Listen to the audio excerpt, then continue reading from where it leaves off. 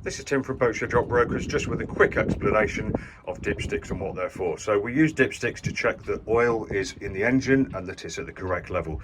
Oil is there to lubricate the moving parts and also to cool the engine down, so it's vital that there is enough in there. If there isn't enough, parts will rub together that shouldn't rub together. They will generate friction and eventually they will break. And also, if there isn't enough in there, your engine may not cool properly and it may overheat and break.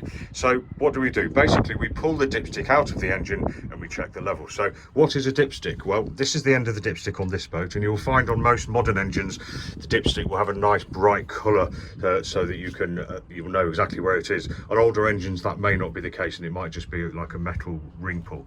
But basically, this is attached to the end of the dipstick, which is this thing here, and it's a rod that if you can visualize her from the side, that rod pokes all the way through the engine, through a special passage, all the way down to the area here, which is the sump. Now that is the area, the reservoir, where all the oil is kept. So in there will be a liquid level or a surface like the top of a liquid in a measuring jug, for example. So if we push this all the way in, then that is pushing this quite long dipstick all the way down through the engine, and the end of the dipstick will dip into the oil in the sump at the bottom of the engine.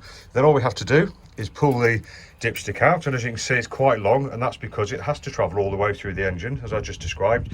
And we pull it out and we carefully check it for level. Now, as you can see, this dipstick has got two half round shapes pressed into it, and that shows on the right hand side the maximum level marker is where that, on the right hand side is where that half circle is. On the left hand side is the minimum level marker. So if your oil looks like it's halfway between those or somewhere in between those, then your oil is okay. Ideally it would be just below the maximum level marker. If it's below the minimum level marker on the left hand side, then you need to top up your engine as soon as you can.